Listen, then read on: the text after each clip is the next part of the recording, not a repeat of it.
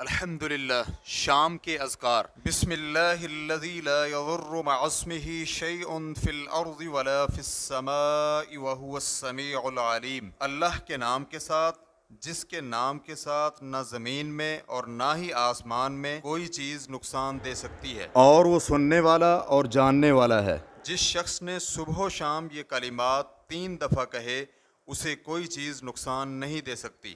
اعوذ بکلمات اللہ التامات من شر ما خلق 3 مرتبہ۔ میں اللہ کے کامل کلمات کے ساتھ ہر اس مخلوق کے شر سے جو اس نے پیدا کی اللہ کی پناہ میں آتا ہوں۔ جس شخص نے شام کو 3 مرتبہ یہ کلمات کہے اسے اس رات کوئی زہریلا جانور نقصان نہیں دے سکتا۔ امسینا علی فطرۃ الاسلام وعلی کلمۃ الاخلاص وعلی دین نبینا محمد وعلی ملت ابینا ابراہیم حنیفا مسلما وما کان من المشرکین۔ ہم نے شام کی فطرت اسلام، کلمہ اخلاص، اپنے نبی محمد صلی اللہ علیہ وآلہ وسلم کے دین اور اپنے والد ابراہیم علیہ السلام کی ملت پر جو کہ یکسو مسلمان تھے اور مشرکین سے نہیں تھے۔ سبحان اللہ و بحمدہ 100 مرتبہ۔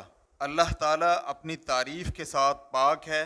جس نے یہ کلمات صبح و شام 100 مرتبہ کہے تو قیامت کے دن اس سے افضل عمل لے کر کوئی نہیں آئے گا مگر یہ کہ کسی نے یہی کلمات زیادہ مرتبہ کہے۔